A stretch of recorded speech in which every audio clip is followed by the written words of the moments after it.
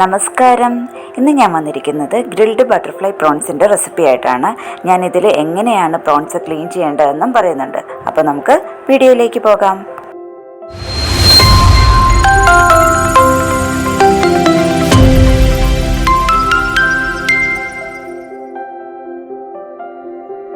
അതിനായി ഞാനിവിടെ 1/2 കിലോ കൊഞ്ചെടുത്തിട്ടുണ്ട്. ഇനി ഇത് നമുക്ക് വൃത്തിയാക്കുന്നത് എങ്ങനെയാണെന്ന് നോക്കാം. ഇത് വൃത്തിയാക്കി ബട്ടർഫ്ലൈയുടെ ഷേപ്പിൽ കട്ട് ചെയ്ത് വെക്കണം.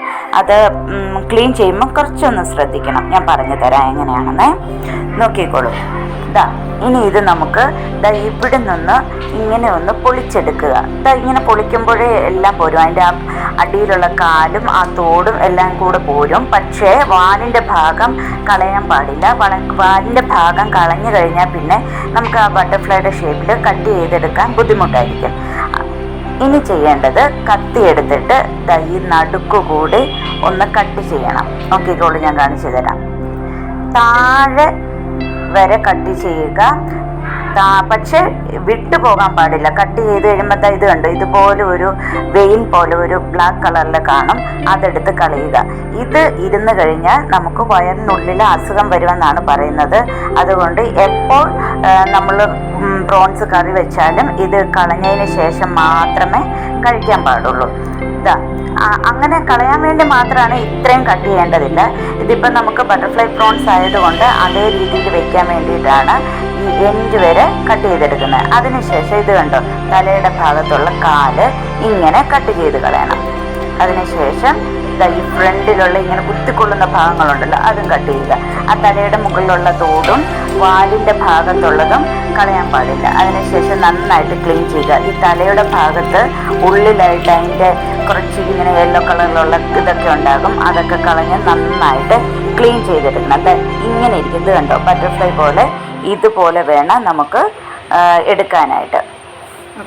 കണ്ടോ, വാലിൻ്റെ ഭാഗം കളയാൻ പാടില്ല, തലയുടെ ഭാഗം കളയാൻ പാടില്ല. നടുക്ക് മാത്രം കളഞ്ഞിട്ട് നേരെ കട്ട് ചെയ്യുക എൻഡ് വരയ്ക്കും. പക്ഷേ കട്ട് ചെയ്ത് മാറ്റരുത്. അങ്ങനെ ചെയ്ത് കഴിഞ്ഞാൽ വിട്ടുപോകും. അങ്ങനെ വിട്ടുപോകത്തക്ക രീതിയിൽ കട്ട് ചെയ്യരുത്.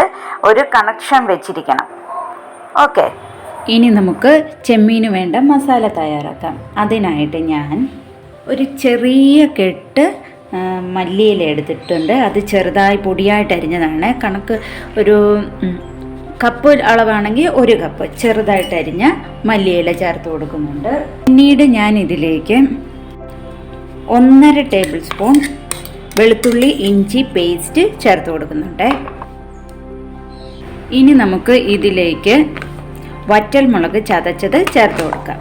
അതായത് ഉണക്കമുളക് ചതച്ചത് ചേർത്ത് കൊടുക്കുന്നുണ്ട്. അതും ഒരു 2 ടേബിൾ സ്പൂൺ ചേർക്കുന്നുണ്ട്. ഇനി നമുക്ക് ഇതിലേക്ക് 2 ടീസ്പൂൺ കുരുമുളക് പൊടി, ഇനി ഇതിലേക്ക് 1/2 ടീസ്പൂൺ മഞ്ഞൾപ്പൊടിയും കൂടെ ചേർത്ത് കൊടുക്കുന്നുണ്ട്. ഇനി നമുക്ക് ചേർക്കാനുള്ളത് നാരങ്ങയാണ്. ഇത് കണ്ടോ, ഇതുപോലത്തെ 2 നാരങ്ങയുടെ നീര് ഞാൻ ചേർത്ത് കൊടുക്കുന്നുണ്ട്. 2 എണ്ണം തന്നെ ചേർക്കണം. കാരണം ആ നാരങ്ങ കൂടുമ്പോഴാണ് അതിന് ടേസ്റ്റ് കൂടുന്നത്. അപ്പോൾ ആ പുളി ടേസ്റ്റ് വേണം. അതുകൊണ്ട് കുറയ്ക്കേണ്ട, 2 എണ്ണം തന്നെ ചേർത്ത് കൊടുക്കുക. ഇനി നമുക്ക് ഇതിലേക്ക് 2 ടേബിൾ സ്പൂൺ എണ്ണ കൂടി ഒഴിച്ചു കൊടുക്കാം. ഞാൻ വെളിച്ചെണ്ണയാണ് ഒഴിച്ചു കൊടുക്കുന്നത്. സൺഫ്ലവർ ഓയിലോ അതല്ല ഒലിവ് ഓയിലോ ഒക്കെ ചേർത്ത് കൊടുക്കാം കേട്ടോ. ഇനി ഇതിലേക്ക് 1/2 ടീസ്പൂൺ ഉപ്പ് കൂടി ചേർത്ത് കൊടുക്കുന്നുണ്ട്. മിക്സ് ചെയ്തതിന് ശേഷം നമുക്കൊന്ന് നോക്കാം ഉപ്പ് ഉണ്ടോ ഇല്ലയോ എന്ന്. അതിനുശേഷം ഉണ്ടെന്നുണ്ടെങ്കിൽ നമുക്ക് ചേർക്കേണ്ട, അതല്ലെങ്കിൽ കുറച്ചുകൂടെ ചേർത്ത് കൊടുക്കാം. ഇനി ഇത് നമുക്ക് നന്നായിട്ടൊന്ന് മിക്സ് ചെയ്യണം. ഇനി ഞാൻ ഇതിൻ്റെ ഉപ്പൊന്ന് നോക്കട്ടെ. ഇത്തിരി ഉപ്പും കൂടെ ചേർത്ത് കൊടുക്കാമേ. ഇത് നമുക്ക് നമ്മുടെ ചെമ്മീനിലോട്ട് പുരട്ടി കൊടുക്കാം. ഇത് 1/2 കിലോ ചെമ്മീനുണ്ട്, വൃത്തിയാക്കി വെച്ചിരിക്കുന്നതാണ്. ഇത് കണ്ട് ഞാൻ കാണിച്ചു തന്നായിരുന്നല്ലോ നേരത്തെ, അതുപോലെ ഓരോന്നും വൃത്തിയാക്കി വെച്ചിരിക്കുന്നതാണ്. നമുക്കിനി ഇതിലേക്ക് മസാല പുരട്ടി കൊടുക്കാം. ഓരോന്നും എടുത്ത് അതിലെല്ലാം നന്നായിട്ട് പുരട്ടണം.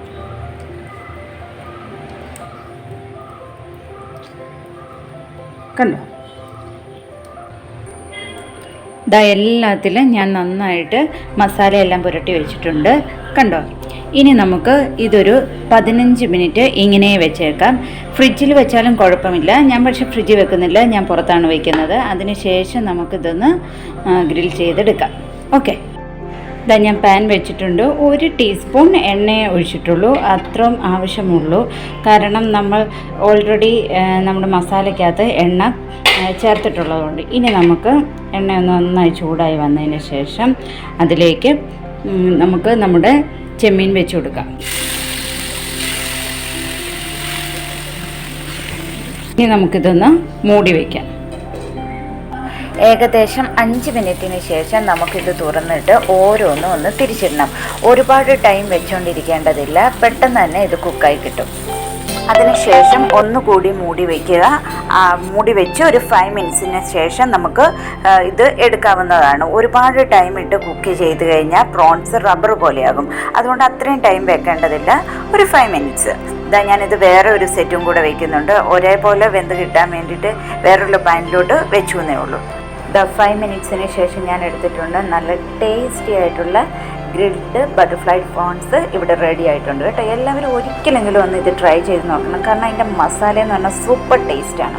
ഇനി നമുക്ക് വേറൊരു വീഡിയോയുമായി കാണാം. കാണുമ്പോഴേക്കും ബൈ, താങ്ക് യു.